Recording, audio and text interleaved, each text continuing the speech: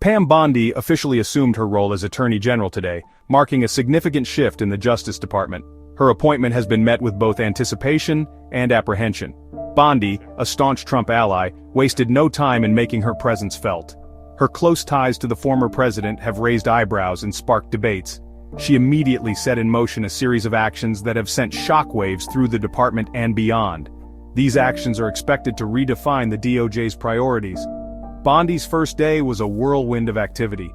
From early morning briefings to late-night strategy sessions, she was relentless. Her agenda was packed with high-profile meetings and controversial directives. Each decision she made was scrutinized by both supporters and critics. The legal community watched with bated breath as Bondi began to reshape the DOJ in her image. Her vision for the department is ambitious and transformative. The atmosphere within the DOJ was palpably tense. Employees were on edge, unsure of what changes would come next.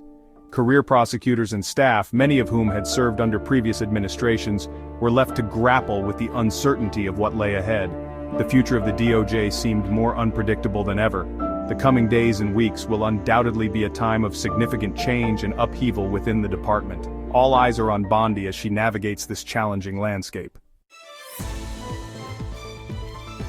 One of Bondi's most notable actions was ordering a sweeping review of all ongoing cases involving former President Donald Trump. This includes investigations stemming from the January 6th insurrection, as well as probes into Trump's business dealings. Further fueling concerns about potential political interference, Bondi announced the formation of a weaponization working group. This group, she claims, will investigate the alleged politicization of the DOJ during the Biden administration. Critics were quick to point out Bondi's own history of alleged political favoritism towards Trump during her time as Florida's Attorney General. They argue that her actions today suggest a clear pattern of prioritizing Trump's interests over the pursuit of justice. Adding to the day's drama, Bondi delivered a stern warning to DOJ employees. She emphasized that their personal political beliefs should not influence their work, and threatened disciplinary action for any perceived breaches of impartiality. Bondi's message was clear: toe the line or face the consequences. This sent chills down the spines of many career prosecutors who pride themselves on their independence and commitment to upholding the law without fear or favor. Many within the DOJ are now questioning whether they can continue to serve with integrity under Bondi's leadership.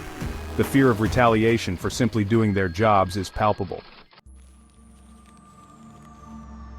Section 4. FBI on edge, concerns mount as Bondi seeks information. Bondi's actions have also sparked alarm within the FBI. The Bureau is on high alert as they try to understand the full implications of her request. She has requested detailed information on over 5,000 FBI employees who were involved in investigations related to the January 6th attack on the Capitol. This unprecedented move has raised eyebrows and questions about her true intentions. This move has been met with deep suspicion by many within the Bureau, who fear that Bondi may be seeking to retaliate against agents who investigated Trump or his allies. The atmosphere within the FBI has become increasingly tense. The request has further eroded trust between the DOJ and the FBI. The already fragile relationship between these two critical institutions is now under even more strain. The FBI Agents Association has expressed serious concerns about Bondi's actions, stating that they could have a chilling effect on the Bureau's ability to conduct investigations free from political interference. They emphasize the importance of maintaining the integrity and independence of the FBI. Section 5. Shifting priorities. Bondi reshapes the DOJ's focus. In a clear signal of her priorities, Bondi rescinded several memos issued by the previous administration. These memos had been central to the DOJ's strategy and were seen as key to addressing various domestic issues. These included a memo focusing on the threat of domestic terrorism from radical traditionalist Catholics, which had been a controversial topic, and another addressing threats against schools, which had aimed to enhance security measures in educational institutions. Instead, Bondi announced the formation of new task forces focused on investigating Hamas and combating anti-Semitism. These new initiatives are expected to redirect resources and attention to international threats and hate crimes. She also pledged to introduce guidelines aimed at defunding sanctuary cities, a move that aligns with her broader immigration policy goals. Bondi's actions indicate a clear shift in focus for the DOJ. Her approach suggests a reallocation of resources towards issues she deems more pressing.